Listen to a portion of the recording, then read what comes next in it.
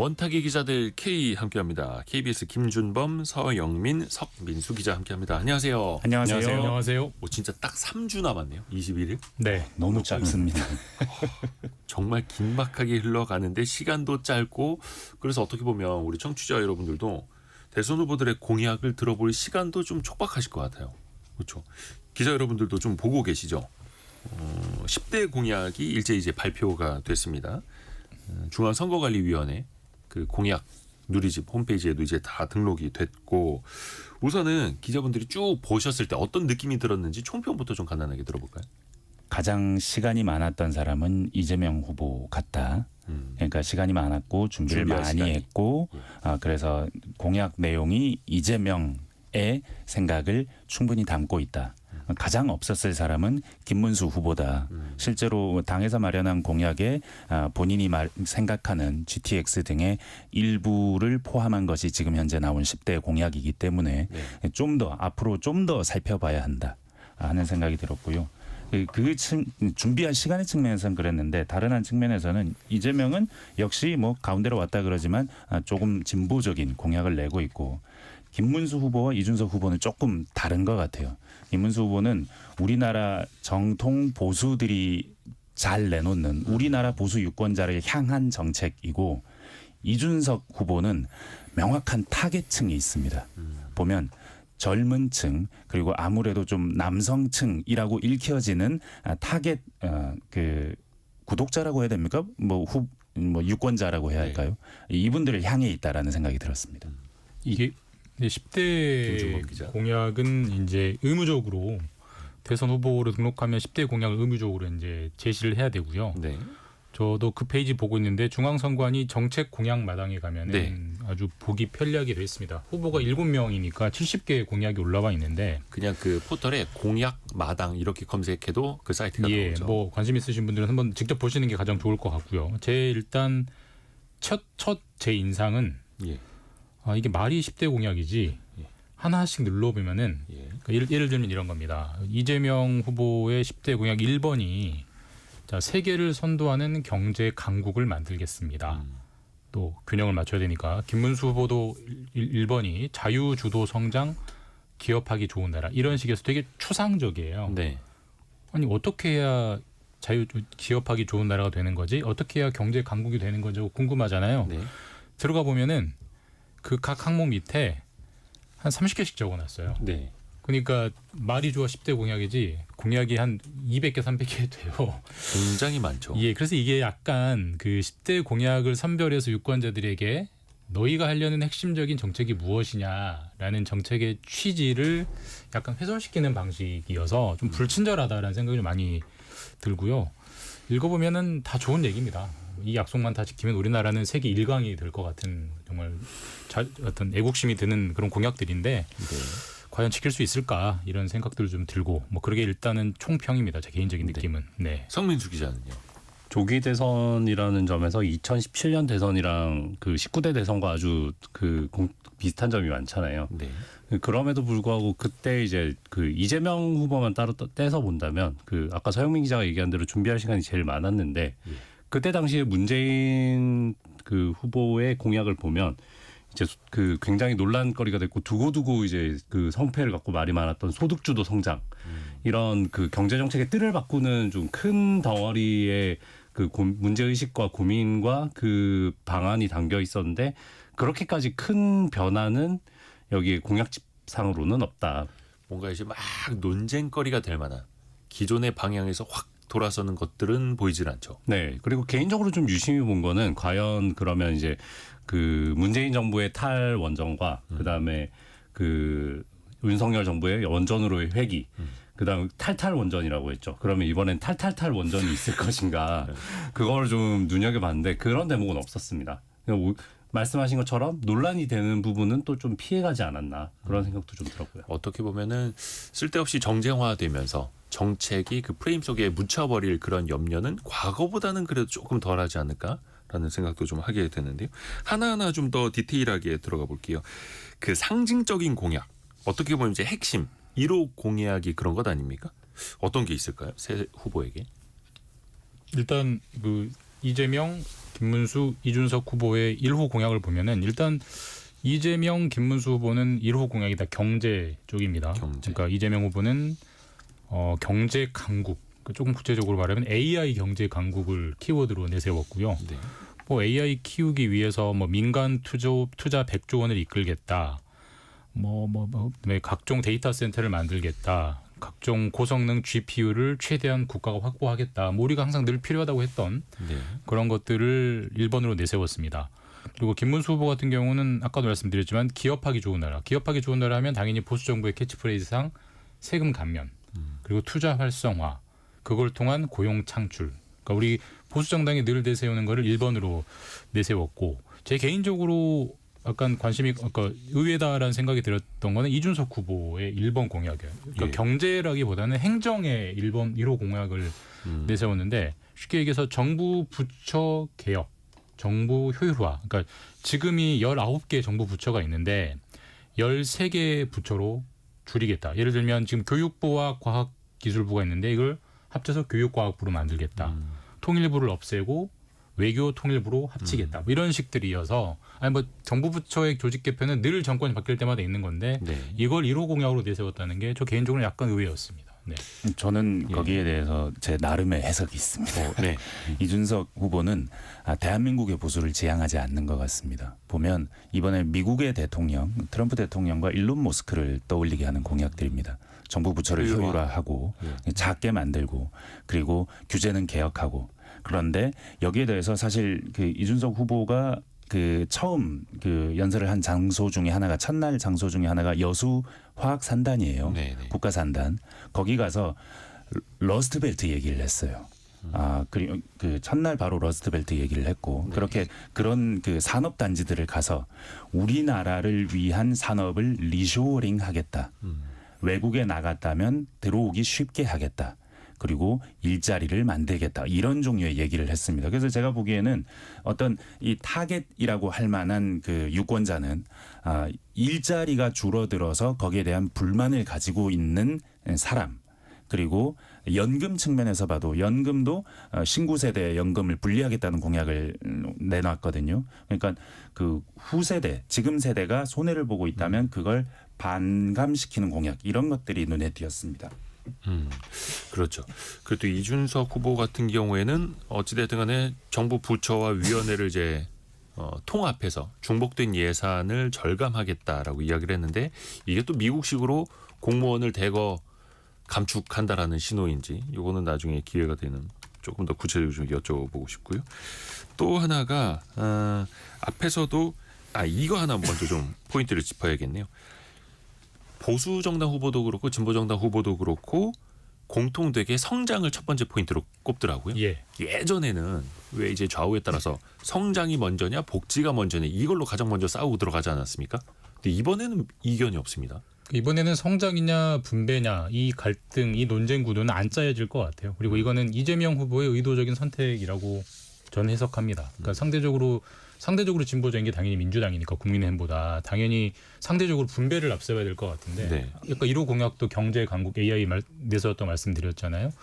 성장 공약을 앞세우고 있고, 뭐 그 민주당 안에서도 뭐 이제 정치 분야에서 논쟁이 됐습니다만 이재명 후보가 민주당은 중도 보수 정당이다라고 규정을 했잖아요. 그러니까 그런 논쟁적인 사안을 최대한 피해가고, 뭐 정치 공학적으로 얘기하자면 중도 이제 중원으로 확장하는 전략을 취하고 있어서 적어도 이번만큼은 성장이냐 분배냐 논쟁 구도가 잘 안 짜여질 것 같아요. 물론 새 강론으로 들어가면 네. 민주당의 공약이 국민의힘의 공약보다 당연히 분배나 복지 쪽에 공약이 많긴 한데 이걸 의도적으로 뒤로 좀 빼놓은 것 같아요. 그러니까 뭐 일종의 부자 몸조심하는 느낌입니다. 지금 지지율이 앞서고 있기 때문에 그런 논쟁 자체를 피하고 싶은 그런 의도가 깔린 공약 배치가 아닌가라고 해석합니다. 네.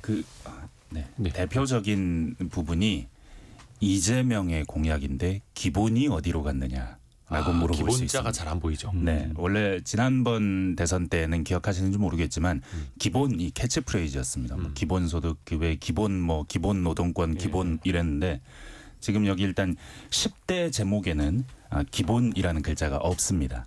다만 8번째 공약에 가보면 경제복지 공약에 생활안정으로 아동, 청년, 어르신 등 모두가 잘 사는 나라를 만들겠습니다에 빈틈없이 기본이 보장되는 사회 추진이라고 되어 있습니다. 그러니까 이재명의 캐치프레이즈이던 기본이 사라졌다. 일단 10대에서는 사라졌다. 다만 그러니까 이제 앞세우고 네. 있는 깃발에서는 네. 조금 이제 뒤로 갔다. 네. 예. 내부의 내용을 보면 있긴 하다. 근데 아주 강하게 강조하지는 않는다. 8번째다. 근데 저희가 앞에서도 오늘의 경제뉴스 전달해 드리면서 KDI에서 우리나라 잠재 성장률을 1.98%로 본다라는 거 말씀드렸습니다만 우리나라 성장률 자체가 체력 자체가 떨어지고 있어서 지금 상황에서 분배보다는 또 어쩔 수 없이 성장을 해야만 하는 그런 국면에 있다라는 걸 또 이제 다들 공감을 할 수밖에 없는 것 같고요. 그 아까 첫 번째 그 경제 공약 중에서 조금만 더 이제 디테일로 들어가면 AI가 바로 나왔습니다. 가장 중요하고 그렇죠. 새로운 이제 먹거리 중에서 빠질 수가 없는 거고 그런데 이재명 후보, 김문수 후보 모두 AI 투자 100조 원 시대를 이야기를 했어요. 이게 좀 방법은 다릅니까? 이 돈은 어떻게 하겠다는 거죠? 결국 보면 이재명 후보나 김문수 후보나 보면 이재명 후보도 이제 민간 투자 100조 원이라고 그 문구에는 적혀 있고요. 그 다음에 김문수 후보도 민관 합동 펀드를 100조 원어치를 만들겠다 뭐 그렇게 나와 있죠. 그러니까 100조 원이라는 돈을 결국에 정부가 조달한다는 건 아니고요. 이 뭐 사실은 이거는 좀 뭐 어차피 민간 기업들이 AI 투자를 엄청 늘리고 있으니까 이 민간에서 투자하는 돈에 그 꼬리표를 마치 정부에서 주도한 것처럼 그렇게 하지 않겠느냐. 그 다음에 상대적으로 또 그 윤석열 정부에서 R&D 예산 줄이고 뭐 이런 식으로 그 과학기술 쪽에 긴장을 주면서 그 정부가 AI 투자에 적극적으로 이렇게 진흥한다거나 뭐 좀 도와주는 역할이 적었는데 그런 네. 역할을 좀 정상화해서 그 좀 잘 응원하고 도와주는 쪽으로 전환한다는 정도의 내용 아닌가. 뭐 거기에 내용들은 이제 잘 적혀 있지만요. 그 100조 이런 단어들은 뭐 우리 다 아다시피 그냥 제목에 뽑히기 위해서 내세우는 상징적인. 상징적인 거고요. 우리 예전에 뭐 이전 대선에서도 뭐 주택 공약 나오면 250만 호 주택 짓겠다 그러면 이쪽은 300만 호 부르고 뭐 이런 식이잖아요. 뭐 하나 받고 하나 던진 이런 식이어서 예. 뭐 100조 투자가 되면 뭐로 가면 설만 된다고 민간이 하든 국가가 하든 100조 투자가 정말 다음 5년 동안 투자만 되면 대단히 좋은 거죠. 좋은 네. 건데 무슨 돈으로 할 건데 무슨 돈으로 할까요? 그 얘기가 하나도 없어요. 그래서 예를 들면 삼성전자가 100조를 투자할 수도 있겠죠. 그럼 그게 삼성전자의 투자지 정부의 투자는 아니잖아요. 근데 그런 식으로 다 지금 민관 합동이라는 교묘한 말로 그 재원 조달에 대한 설명 의무를 다 피해버리고 있고 양쪽 다. 그러니까 골치 아픈 얘기는 하지 말자. 좋은 얘기만 하자. 뭐 이런 식이어서 좀 아직도 우리 공약의 어떤 수준은 좀 많이 멀었다라는 생각은 좀 듭니다. 개인적으로. 네. 신성장 동력이라는 거거든요. AI가. 네. 누구나 다 그렇게 말하니까 대선 후보 가장 유력해 보이는 두 사람이 다 AI를 말하는 겁니다. 근데 이 AI를 말할 때 냉정하게 한번 생각해 보거나 지금 상황을 한번 둘러보셔야 돼요. 우리나라에 초거대 언어 모델 AI가 있습니까? 국가 그 AI가 있나요? 없습니다. 지금 미국과 중국이 경쟁해요. 그러니까 AI 소프트웨어를 말하는 거냐 아니면 그 AI라는 최종적으로 소비자와 만나는 그 서비스를 말하는 거냐 하면 우리는 너무 멀었어요. 100조를 넣는다고 될까요? 지금 미국 빅테크 기업 하나가 수십조, 뭐 거의 뭐 어쩌면 누계로 하면 100조를 넣을 텐데 그런 기업들이 가장 효율적인 방법으로 넣는데도 그 정도 하고 있는데 우리는 그 근처도 가는 AI가 없거든요. 그럼 우리가 말하는 AI가 뭔가를 한번 생각해 봐야 됩니다. AI용 반도체입니까? 라고 물어본다면 SK나 삼성의 일이 됩니다. 근데 AI용 반도체를 만드는 주변 연관 산업입니까? 물어보면 그 외 다른 기업들의 일이 되겠죠. 근데 국가가 밀어주면 하이닉스나 삼성전자가 반도체를 더 잘 만들 것이냐. 그런 시대는 이미 지났다고 봅니다. 삼성전자나 하이닉스가 자기 개별 기업의 투자 의사 결정은 훨씬 더 잘할 것이고 밀어줄 필요도 없을 정도로 돈도 많을 겁니다. 우리가 무엇을 해야 되느냐를 한번 생각해 봐야 되는데 제가 보기에는 소프트웨어 측면에서는 최소한의 기본을 하고 그러니까 AI라는 모델을 연구하는 것을 포기하지는 말고 다만 여기에서 한계는 분명히 인식해야 되고 하드웨어 혹은 떠받치는 산업, 이걸 어떻게 하면 우리나라의 산업으로 만들 것이냐. 지금은 사실 이 산업이 대한민국의 산업이 아니에요. SK하이닉스가 조금 하는 것 같지만 TSMC의 산업입니다. AI 산업은 거의 모조리 TSMC가 하는 사업이고 바운드리 비즈니스 모델이라는 하나의 모델을 독식하고 있는 상황이거든요. 이 상황을 어떻게 극복할 것인가. 틀림없이 대기업과 관련된 문제를 국가가 할 수는 없는 것이고 그 전반에 얽혀 있는 그 산업 구조를 들이봐야 되는데 그 문제는 어려워서인지 아니면 표에 도움이 될 것 같은 느낌이 안 들어서인지 구체적으로 보이지 않습니다. 같은 반대로- 맥락에서 예. 산업 성민 생태계에 기자. 대한 이해가 좀 부족하다는 그 산업 생태계에 대한 고찰이 없다는 게 굉장히 좀 아쉬웠어요. 저도. 그러니까 AI라는 게 뭐 서영민 기자 얘기했듯이 반도체도 있고 그다음에 이제 이걸 이제 활용해서 데이터 센터를 운영하는 뭐 클라우드 컴퓨팅 기술도 있고 그다음에 여기에 데이터 센터에 들어가는 전력을 공급하고 뭐 컴퓨터 컴퓨팅 시스템을 냉방시켜주는 그 냉방 장치까지 하나의 산업 생태계로 들어갈 텐데 이 중에 우리는 분명히 또 잘하는 게 있긴 하거든요. 네. 그러니까 이제 잘하는 거를 더 잘하게 하고 뭐 못하는 거를 얼마나 어느 수준까지 진흥시킬 것인가에 대한 고찰이 없이 그냥 단순히 좀 뭐 예전에 뭐 지자체에서 공공 배달앱 만들듯이 우리도 이제 뭐 AI 정부 주도로 한번 해보자 요 정도 수준의 생각밖에 안 한 거 아닌가 그런 아쉬움이 좀 있었습니다. 그래서 일단은 뭐 대규모 언어 모델 LLM이 됐든 데이터베이스 그 데이터 센터가 됐든 간에 인프라는 최소한 깔아놓고 가야 되는데 이게 민간이 스스로 하기에는 또 어려움이 있으니까 민간 합동으로 뭔가를 또 조성해보자 이런 아이디어는 나오고 있는 거고 뭐 사실 경제 정책 중에서 지금 시대에 AI가 또 뒤집어서 생각해 보면 빠질 수도 없는 거고요. 빠져서도 안 되는 거고요. 노동시장 정책 한번 볼까요? 사실 이재명 후보나 김문수 후보나 노동운동을 했거나 뭐 청년공으로서 일을 했거나 인권 변호사를 했거나 좀 비슷한 이력들이 있어요. 그래서 노동시간에 대해서도 좀 이야기를 하는 것도 비슷하기는 한데 이게 또 강론으로 들어가면 좀 차이가 납니다. 특히 뭐 52시간 제도 개선을 비롯해서요. 그러니까 차라리 노동공약 부분은 누가 옳고 그르고를 떠나서 구체적입니다. 논쟁거리가 나와요. 그러니까 상대적으로 뭐 두 후보가 익숙한 분야에서 그런 걸 수도 있고요. 민주당 같은 경우는 주 4.5일제를 내세웠죠. 그리고 이제 범정부 차원에서 주 4.5일제를 하겠다. 그러니까 정부가 먼저 주 4.5일제를 해서 끌어갈 테니 민간도 따라와라 이거 같습니다. 그리고 주 4.5일제 설계는 월화수목에 1시간씩 더 일하고 그다음에 이제 금요일 날 4시간. 4시간 그러니까 일찍 뭐 퇴근. 점심 먹고 퇴근하자 이런 이런 구상입니다.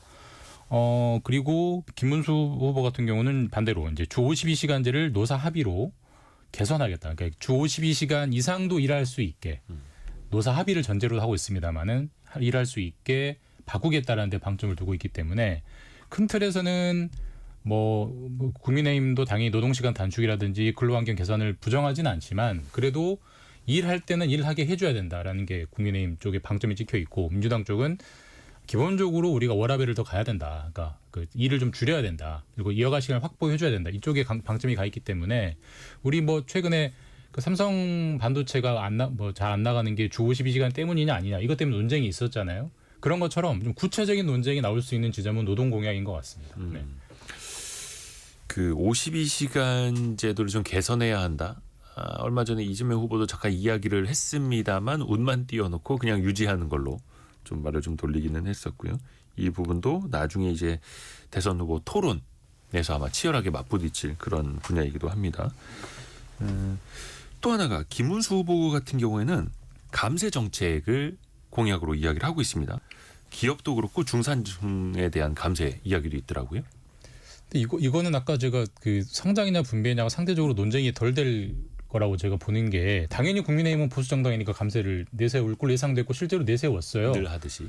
근데 민주당도 이재명 후보도 감세를 얘기하고 있어요. 물론 감세하는 세목은 좀 다릅니다만은 그러니까 원래 이쪽은 증세고 이쪽은 감세고 이래야 논쟁이 되는데 아하. 지금 다 깎아주겠다는 거거든요. 근데 감세 중에서 방법론만 차이가 있을 뿐. 그렇게 되면은 다른 차원의 우리가 걱정을 해봐야 되죠. 지금 이미 3년 연속 지금 재정 결손이 심각한데 그렇죠.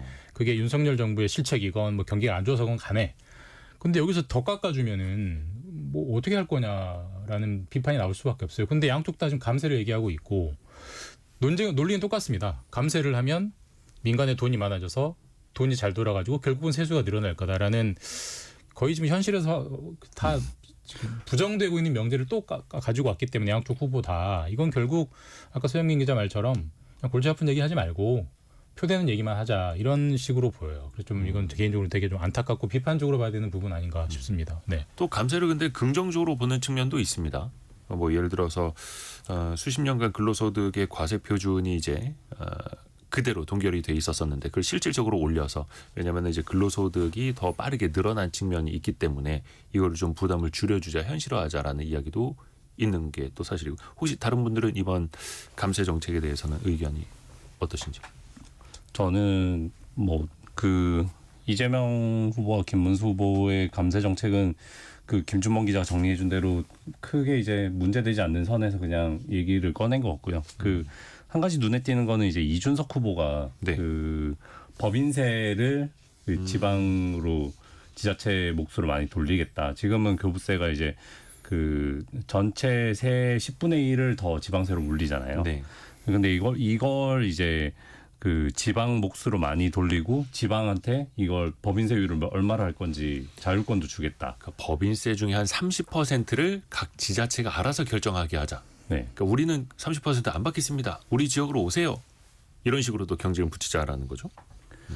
뭐 어떻게 보면 이제 우리 같이 작은 나라에서는 뭐 좀 생경한 제도였죠. 미국이나 뭐 이런 큰 나라에서는 주별로 뭐 세금을 달리하고 이게 가능은 한데 우리는 지금 지방자치단체들이 재정 자립도도 많이 열악하고 그다음에 상대적으로 그 자금을 쓰려면 어차피 중앙정부에 손을 벌려야 되는 상황인데 기업 유치까지 해서 지자체한테 뭔가를 주겠다는 건 굉장히 신선한 시도 같고요. 최저임금도 그런 식으로 이제 지자체에서 차등해서 최저임금을 정할 수 있도록 하자고 했는데 이게 좀 경제정책 면에서는 사실 좀 새로운 접근법 아닌가. 신선한 측면이 있죠. 네. 그러니까 저도 계속, 네. 비슷한 맥락인데 그 지지율을 떠나서 우리가 대선이라는 게 5년에 한 번 나오는 그 국가 최대 이벤트고 예. 그리고 우리나라가 어디로 가야 하느냐에 대한 대논쟁이 벌어지는 시간이잖아요. 네. 결국 논쟁이 되려면은 공약이 구체적이어야 돼요. 구체적이어야 그걸 갖고 싸우는 거죠. 잘 사는 나라를 만들겠습니다라고 무슨 논쟁이 되겠어요. 근데 그런 측면에서 어떤 공약의 신선도뿐만 아니라 공약의 구체성 측면에서 보면은 이준석 후보가 가장 구체적이에요. 그러니까 예를 들면 이런 겁니다. 지금 이준석 후보는 5번에 국민연금 신구연금 분리 이런 걸 5번에 내세우고 8번에 현역 대상자 가운데 장교 선발. 그러니까 이런 식으로 구체적인 공약을 내세웠기 때문에 이게 나라의 이익이 되든 해가 되든 간에 구체적이게 서로 말싸움이 되는 건데 지금 다 1번, 2번 후보는 다 그냥 좋은 얘기만 하고 있어요. 그래서 이번 과연 이제 세 번의 의무 정책 법정 토론회가 있을 텐데 과연 공약으로 토론이 될까? 아니면 계속 뭐 거짓말 했느니 뭐 이런 내란에 사과했느니 이런 공방만 주고받지 않을까? 그런 되게 불길한 예감이 듭니다. 그래서 뭐 네. 정치, 외교 분야, 경제 분야, 뭐 사회 분야 나눠서 토론을 하기는 합니다만 일단은 또 기대를 해보겠고요. 저희가 두 번째 이슈는 아니고 오늘 이제 대선 후보들의 이제 공약 가지고 쭉 이야기를 할 텐데요. 경제 상식 퀴즈 한 번 더 내드리고 이야기 계속해서 이어가겠습니다. 일한 시간만큼 최소한 이 정도는 보장해야 한다라고 국가가 정한 시간당 임금 기준이 있죠. 그걸 네 글자로 이렇게 부르는데요.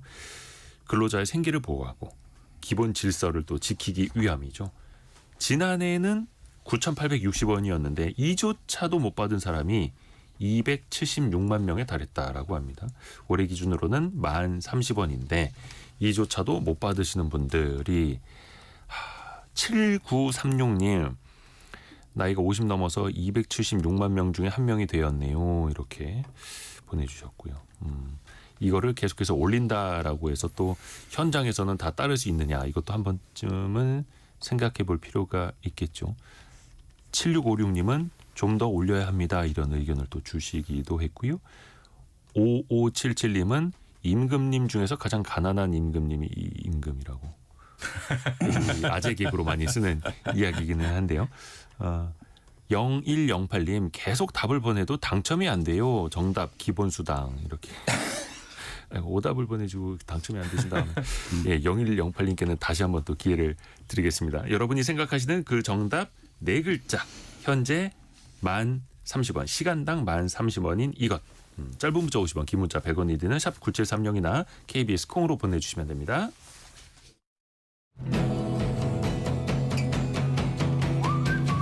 오늘의 움직임에 주목하고 세상의 흐름을 놓치지 않습니다. 여러분의 내일을 응원하며 성공의 열쇠를 함께 찾아갑니다. 성공예감 이대호입니다.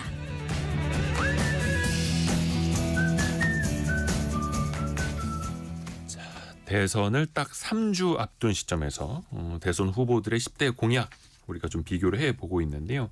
이번엔 투자 혹은 자산 증식 분야에 대해서도 이야기를 해보겠습니다. 단순히 먹고 사는 것뿐만이 아니라 잘 먹고 잘 사는 것도 중요하지 않습니까? 이번에 보니까 우선은 가상자산에 대한 투자 방식에 대해서도 좀 전향적인 모습들이 나타납니다. 후보들에게서요. 기본적으로 다 이제 가상자산을 지금보다는 활성화시키겠다는 쪽에 정책 방점이 가 있어요. 그러니까 지금 거래소 우리나라에 이제 4대 5대 거래소가 있는데 그 거래소에 대한 규제를 좀 많이 풀어주는 쪽에 가 있고 지금 우리가 이제 가상자산이라고 부르잖아요. 가상화폐라고 안 부르고. 예. 그게 이제 우리가 예를 들어 비트코인으로 투자는 되지만 그걸로 짜장면을 사 먹을 수는 없잖아요. 그래서 이제 우리가 가상자산이라고 부르는 건데 네. 상대적으로 미국 같은 경우는 이미 화폐로서의 기능을 하고 있습니다. 그게 스테이블 코인, 그러니까 달러랑 1대1로 연동되는 코인, 뭐 테더라든지 이런 것들이 상대적으로 굉장히 활성화되어 있고 이게 결국 달러의 기능을 대체할 수 있다 이런 논쟁들까지 나오고 있는데 우리나라에는 스테이블 코인은 거의 지금 완전 전무하죠. 네. 근데 어쨌든 양쪽 후보다 스테이블 코인은 우리가 한번 시도해 보겠다. 결국 그러면은 원화와 1대1로 그러니까 연동되는 뭐 그런 게 일단은 상상이 되는데 어쨌든 그런 게 없던 걸 열어주겠다는 것은 가상자산을 좀 활성화시키고 그쪽에서 돈이 돌게 해서 일자리 창출이라든지 그다음에 이제 우리가 결국은 세계 금융이 가상자산으로 좀 가상자산이나 가상화폐로 좀 패권이 넘어갈 테니 우리가 뒤처지지 않겠다. 그런 양쪽 다 그런 공약을 내세우고 있어서 어느 쪽이 당선되건 간에 이쪽은 좀 규제가 좀 풀리지 않겠느냐 이런 업계의 기대감도 좀 있더라고요. 그러니까 우리나라가 사실은 이제 규제가 굉장히 좀 타이트했죠. 그래서 해외에선 다 하는 현물 ETF, 비트코인 현물 ETF도 우리는 이거를 또 못 하고 있었고, 그리고 또 말씀하신 것처럼 스테이블 코인, 그러니까 달러를 기반으로 해서 달러에 연동되는 코인들은 또 해외에 많이 나와 있었는데 원화 연동은 과연 우리는 만들 수 없는 것이냐. 그러니까 사실 이제는 코인 시장이 너무 커지다 보니까 그것이 그 나라의 통화를 또 하나 떠받치는 기능도 하기는 하는데, 근데 또 반대에서는 그 스테이블 코인이 과거에 테라루나 사태 때 봤듯이 신기루에 불과하다 이런 지적들도 또 있는 게 현실이고요. 근데 어찌됐든 간에 가상자산 투자 시장에 대해서는 후보 사이에 막 이견이 있지는 않죠. 이거 절대 안 된다 이런 후보는 또 없습니다. 네, 그게 이제 그 코인 표심이라고. 코인 표심. 네, 뭐 그렇게들 뭐 표현한 기사도 있던데 그 이제 1,600만 명이라고 해요. 그 코인 투자자가요. 국내 거래소에 등록된, 물론 중복된 사람들이 많겠죠. 맞습니다. 예, 예.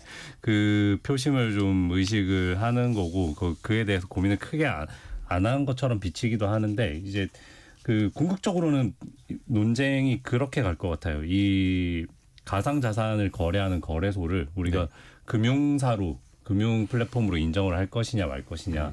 그 국민의힘 공약 중에서는 이제 1거래소, 한 거래소가 한 은행과만 거래할 수 있도록 규제하는 1거래소 1은행 제도를 이제 폐지하겠다. 여러 은행과 거래할 수 있도록 하겠다. 이게 사실 코인 거래소한테는 그 금융사의 지위를 인정해주지 않으면서 금융사처럼 규제를 가하는 수단으로 작용을 해왔거든요. 그래서 여기 이 문제에 대해서 얘기를 꺼냈다는 점도 이제 그 코인 거래소를, 그다음에 가상자산 거래소를 이제 금융사로 인정을 하고 우리가 그 수면 위로 올려서 규제를 할 것이냐, 여기에 대해서 이제 의제가 던져졌다고 볼 수 있을 제대로 것 같습니다. 감독을 하면서. 네. 지역 균형 발전하고 이제 부동산 정책을 좀 볼까요? 나란히 새 후보가 다 뭐 국회라든지 대통령 집무실을 세종으로 옮기겠다라는 거는 거의 이거는 이견이 없더라고요. 그래야 충청 표심을 얻으니까 뭐 그러겠죠. 네. 그런데 보시면 행정수도 아니면 수도 이전을 하겠다라는 표현은 없습니다. 조심스럽죠. 네, 그건 조심스럽습니다. 개헌 사안이고요. 네. 네. 그런데 대통령 집무실이 정말로 세종으로 완전히 가는 거라면, 제2집무실이 아니고 완전히 가는 거라면 개헌을 해야 하고요. 국회에 가는 것도 그렇습니다. 근데 지금 살펴보면 이재명 후보 같은 경우에는 가장 좀 보수적이라고 해야 될까요? 가장 조심합니다. 네. 제2집무실을 만들겠다 정도의 공약이 있고 그리고 그 외의 것은 행정수도, 수도 이전 같은 것은 개헌 사항이고 그건 국민적인 공감대가 필요하다는 이 정도의 뉘앙스인 것 같고요. 국민의힘이나 이준석 후보 같은 경우는 당장 지금 짓겠다라고 말은 했는데 근데 그게 제2집무실 이 아니라면 역시 개헌 사항이 되는 것이고 국민의힘 같은 경우도 비슷한 종류의 그 어떤 많은 기능을 세종으로 옮겨가긴 하겠다는 것이지만 근데 개헌을 목표로 하고는 있지만 국민의힘은 근데 뭐 거기에 대해서 아주 막 그 서울과 기능을 분리하고 구체적인 플랜이 있고 그렇지는 않습니다. 그래서 네. 이재명 후보 같은 경우에는 그 10대 공약 그 내부에 보면 세종 행정수도 완성이라는 그 문구는 들어가 있어요. 추진한다고 돼 있는데 이걸 뭐 밑에 보면 이제 법률 재개정 사항을 언제 하겠다. 그 2025년 6월부터 준비하여 단계적으로 추진하겠다고 했는데 헌법을 바꾼다는 얘기는 없어서 이게 과연 이제 뭐 행정수도라는 게 어떤 의미인지는 좀 불분명한 것 같고요. 정말 의지가 있다면 국민투표하겠습니다. 이런 말까지 할 수도 있겠죠. 왜냐하면 개헌. 노무현 정부 때 행정수도로 이전하려다 못한 게 헌재가 막아서였고 이 막는 걸 뚫으려고 한다면 국민투표 같은 수단을 고려해 볼 수도 있거든요. 뭐 20년 이상 또 시간이 흘렀으니까요. 지역 균형 발전 공약 쪽을 보면 정말 이건 좀 말잔치구나라는 생각이 드는데 지금 양 당 모두 용어는 좀 다릅니다만은 전국을 5대 권역으로 나누어가지고 다 잘 살게 하겠다는 거거든요. 뭐 수도권은 수도권대로, 영남은 영남대로, 호남은 호남대로, 뭐 충청은 충청 이런 식인데 그게 가능한가요?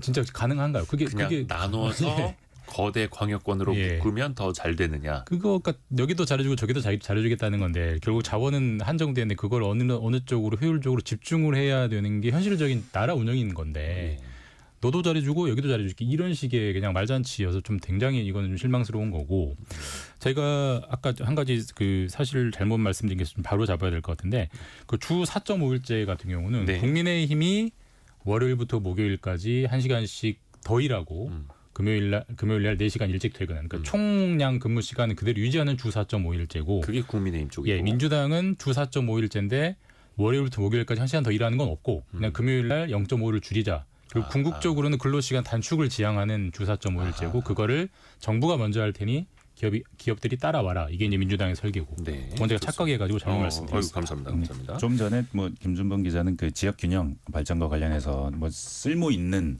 공약이 안 보인다라고 했는데 사실은 지역 균형 발전이야말로 지금 우리가 가장 먼저 추진하고 여기서 성과를 봐야 될 공약입니다. 이를테면 AI 공약 같은 것들 경우에 우리나라 가장 핵심 하드웨어 인프라 시설을 꼽자면 데이터 센터라고 말할 수 있습니다. 네. 근데 수도권에 데이터 센터 더 지을 데가 없어요.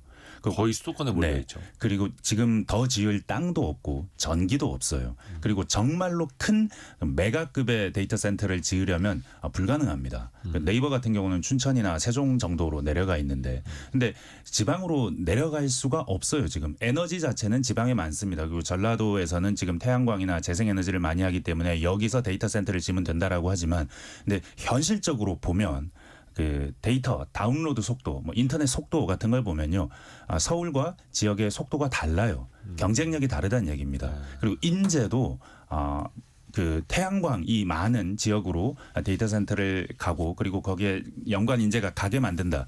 이게 사실상 지금 불가능합니다. 수도권 집중돼 있거든요. 못 내려갑니다. 내려가면은 내 경력이 끝날 수 있다는 위기감을 가집니다. 그렇죠. 근본적으로 지역 균형 없이는 데이터 센터라고 말했지만 결국은 우리나라의 미래 성장 동력이 될 수 있는 어떤 산업 육성 이게 불가능하다는 얘기입니다. 그래서 좀 더 집중해서 이런 부분에서 공약이 나와주면 어떨까? 좀 더 지역이 진짜로 데이터 센터를 아니면 미래 성장 산업을 육성할 수 있는 기회 기반을 조성하는 이런 종류의 공약이 좀 나와주면 좋겠다.